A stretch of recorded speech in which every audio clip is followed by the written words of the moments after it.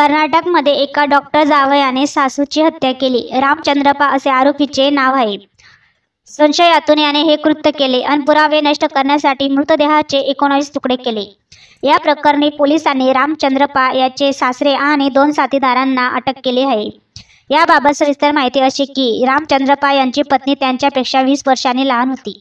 त्यांना एक 3 वर्षाचा मुलगा होता. सासू आपल्या घरात नाक खुपसते, आपला संसार मोडेल, तसेच आपल्या पत्नीला देह विक्रीचा व्यवसाय करायला सांगते. या संशयातून डॉक्टरने सासूची हत्या केली. त्याने 6 महिन्यापूर्वीच हत्येचा प्लॅन केला होता. 6 महिन्याआधी तुमकुरमध्ये राहणारा दंतचिकित्सक रामचंद्र याने एक कार खरेदी केली होती, पण ती कारची नोंदणी सतीशच्या नावी होती. पोलिसांनी 11 ऑगस्टला संशयावरून रामचंद्र याला पोलीस ठाण्यात बोलवलं. तेव्हा पोलिसांच्या दबावाखाली रामचंद्र यांना सर्व सत्य उघडलं. त्यांनी सांगितलं की 3 ऑगस्टला लक्ष्मीदेवी आपल्या लेकीच्या घरातून निघाल्या होत्या. तेव्हा डॉक्टर रामचंद्र यांना त्यांना बोलावून घरी सोडण्याच्या बहाण्याने कारमध्ये बसवलं. तेव्हा कारमध्ये सतीश आणि किरण लपलेले होते. लक्ष्मीदेवी कारमध्ये बसताच गळा दाबून त्यांची हत्या करण्यात आली. यानंतर मृतदेह कोलाला येथे असलेल्या सतीशच्या शेतात नेण्यात आला.